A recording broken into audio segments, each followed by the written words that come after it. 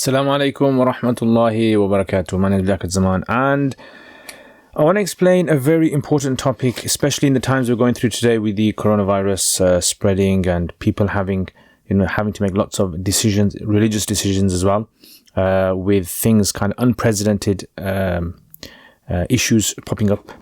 So I want to talk about the issue of hardship. Hardship is a very important concept in our religion, and the reason I'm saying it's very important because it's based on certain verses. One of them is La yukallifullahu nafsan. Maybe some of you guys have come across this before. If you have, put in the comments. La yukallifullahu nafsan illa wus'aha. If you know where it is in the Quran, I don't know where it is. I mean, I can find it, but I can't remember the exact ayah number, etc. If you know exact number, put in the comments. Allah does not burden a person, a soul, except according to its capacity. So Allah will not burden a person except according to their capacity. This is, you can say, the whole of the summary of the Islamic law. So Islamic law is based upon this idea, right? So this is why you have in Islam lots of, for example, let's have a look at some of the, so let's take this person here. Now, as a non-Muslim, you obviously are going to be faced with lots of different questions. For example, like things to do with purity. You've got to purify yourself. Things to do with prayer. You've got to pray. Things to do with giving charity, zakat. Things to do with fasting, hajj, marriage,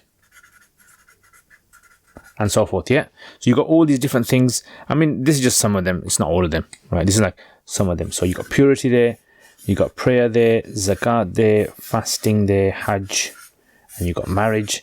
So these rulings that we have, these chapters, so for instance, like in purity, we've got things like wudu, right? Purification for prayer. You got bathing, ghusl, where you take a bath.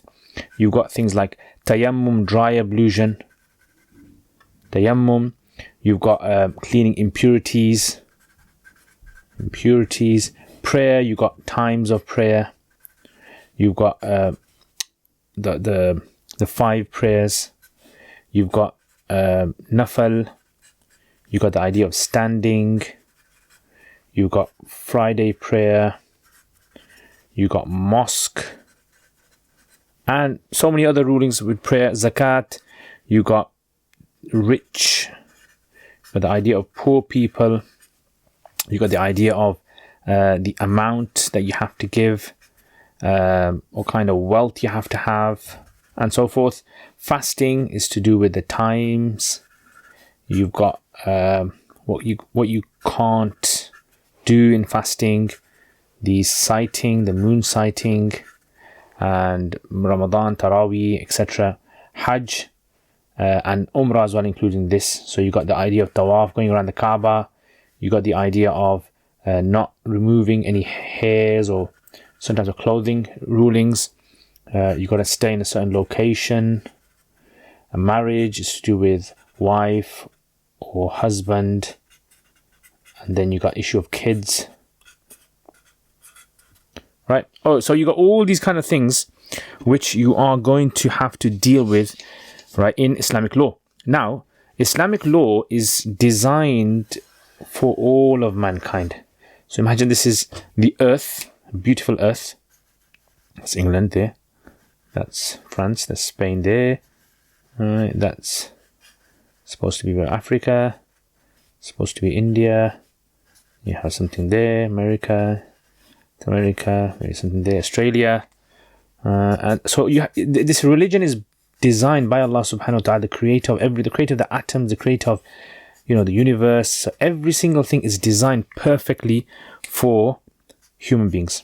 Alright, so this is planet Earth.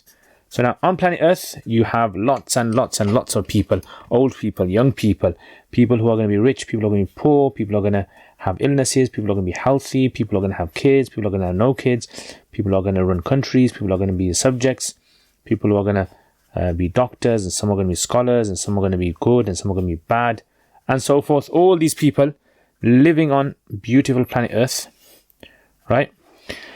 So these people, the religion is going to be based around, in other words, obeying Allah subhanahu wa ta'ala is going to be done in such a way that it's not going to be burdensome upon anyone. If it's going to be burdensome upon anyone, then this is something which is a sign that this is not what Allah subhanahu wa ta'ala wants. Allah does not want difficulty, He wants ease for people.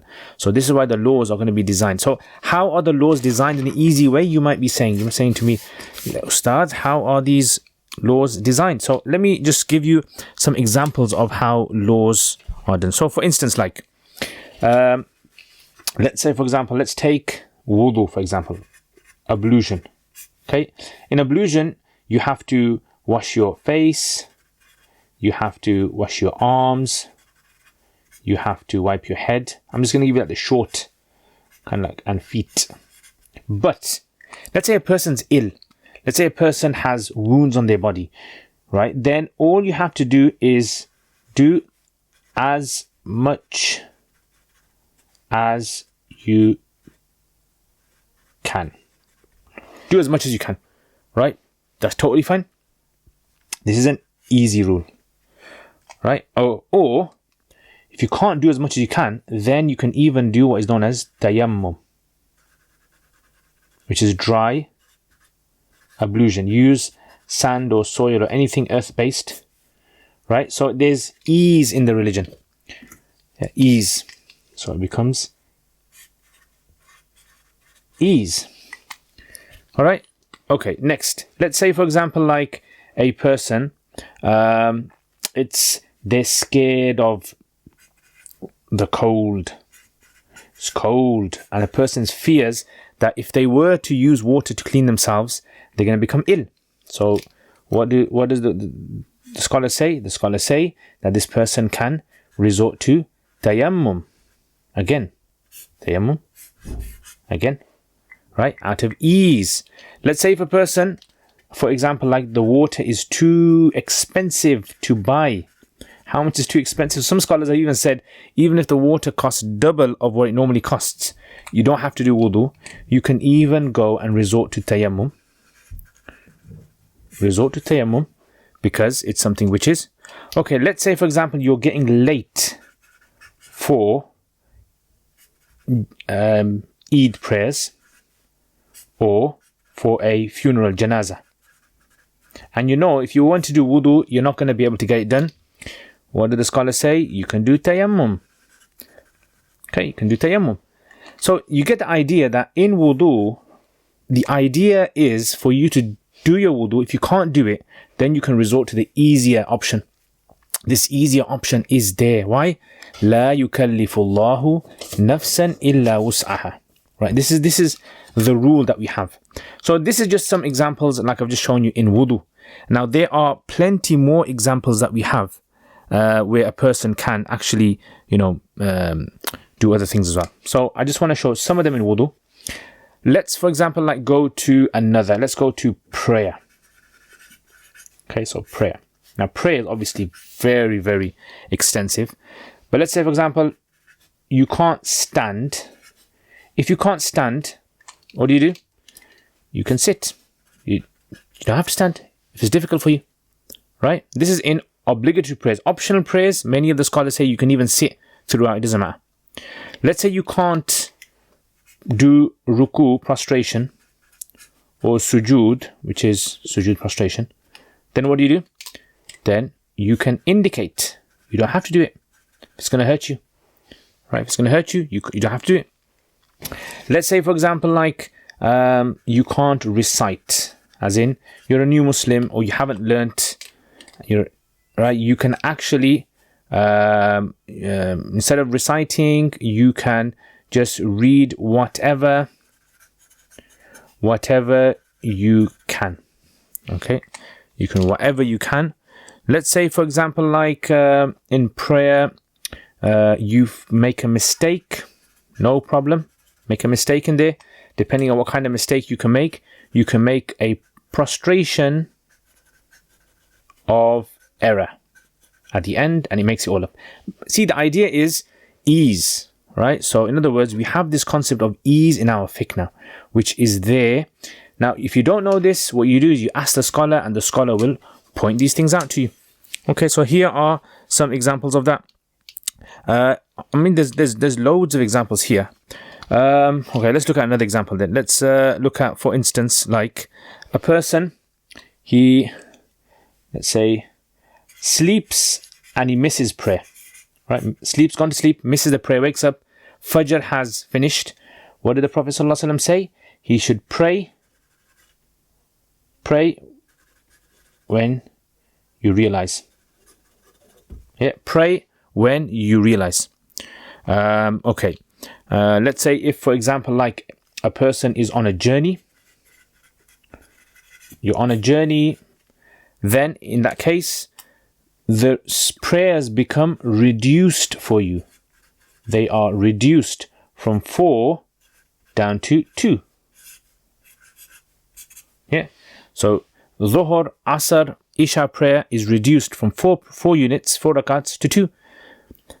Okay, let's look at, for example, like you go on a journey, right? So I'll continue this from a journey. Okay, let's talk about some journey. A journey prayer, the men don't have to attend Juma. So no Juma if they're on a journey. So if a person's on a journey, they don't have to attend Juma. This rule also applies to people who are ill. Women don't have to attend the Jum'ah.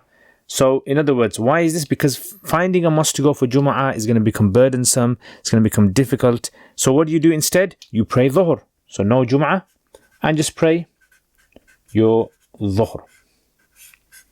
Okay, so this idea of reduction, you guys can see it happening now. So, in these examples that I've shown you guys, you can clearly see that there are many examples of where people have shown reduction in the rulings. Let's look at some more examples then. Right, so some more examples. Let's say if a person doesn't have any clothes or doesn't have enough clothes to cover their body. Yeah. Then what do? Do they not pray? No, they pray. But they pray in any condition. In any clothes they can. So any clothes they have, they just pray in that. Okay, so again, this is something to show the people the permissibility of ease or reduction of the ruling when it comes to hardship. So the hardship in Islam is a very important concept throughout Islam, and this is just examples in, like I said, in prayer, and there are many other examples as well. Right, many other examples. Let's look at, for example, like fasting. So fasting, this is just in prayer. Okay, now let's look at fasting, for example. So fasting, for instance, like let's say a person is on a journey. Person's on a journey, and Ramadan, it's in the month of Ramadan. Allah says in the Quran, they don't have to fast. It's good to fast, but they can actually make up later. Make up later, right? And also, if a person is likewise ill, if you're ill, you can also make up the fasts later. Likewise, if a person, he forgets and he eats something whilst he's fasting, then the fast is 100% solid, 100% fine. The fast is totally fine, nothing wrong with the fast, and so forth. The scholars have even extended the ruling, and they've said, based on the Prophet ﷺ's narrations, they've said a pregnant woman, imagine this, a pregnant woman, she can make up her fasts later on.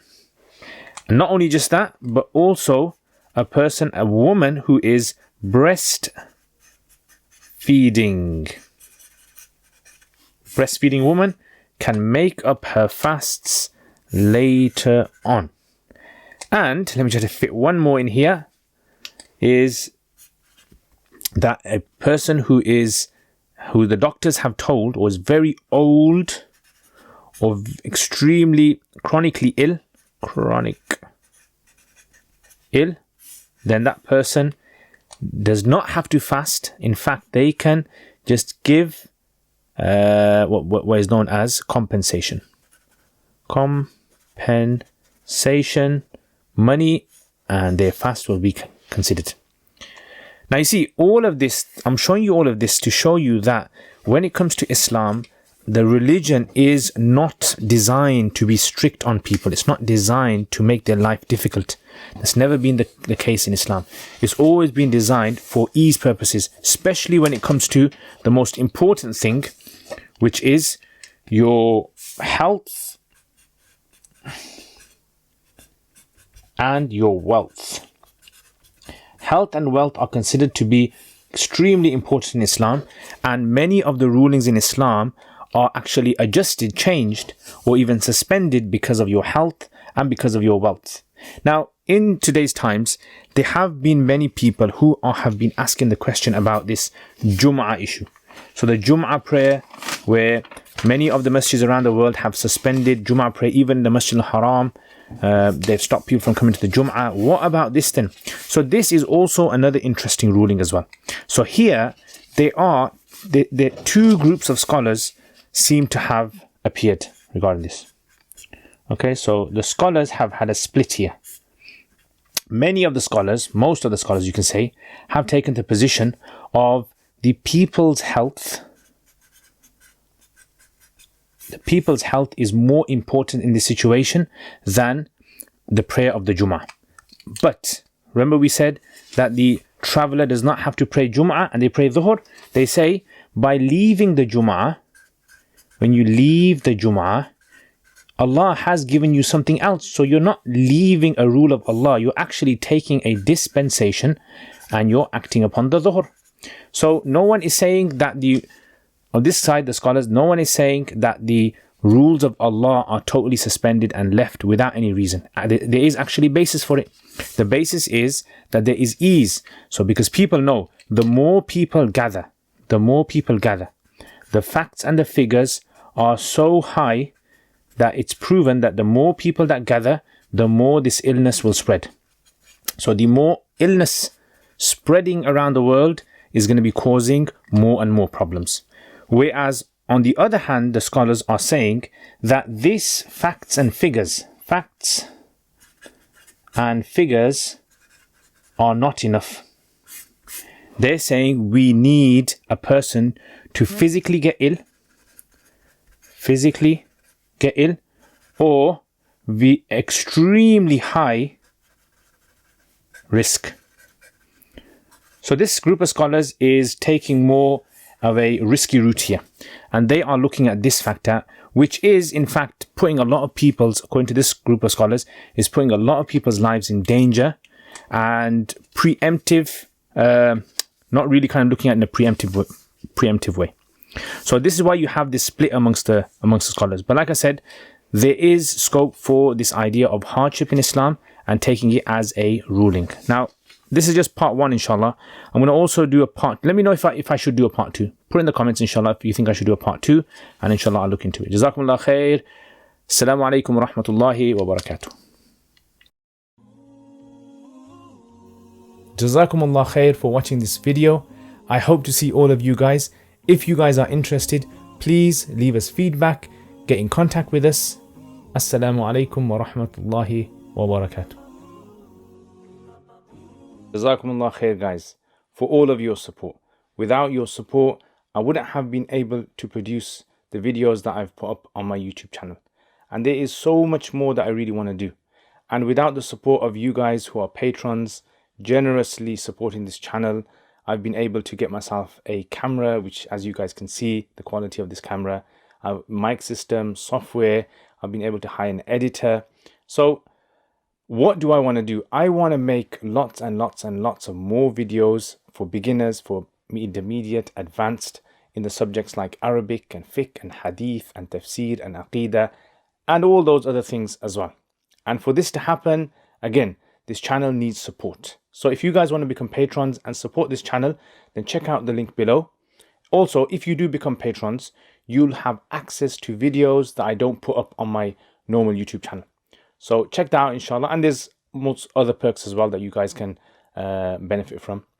And if you want to access this channel through social media, we've got Twitter, we've got Instagram, Facebook page, and other things as well that you can visit. So Jazakumullah khair again, guys. Thank you very much for your support. Assalamu alaikum wa rahmatullahi wa barakatuh.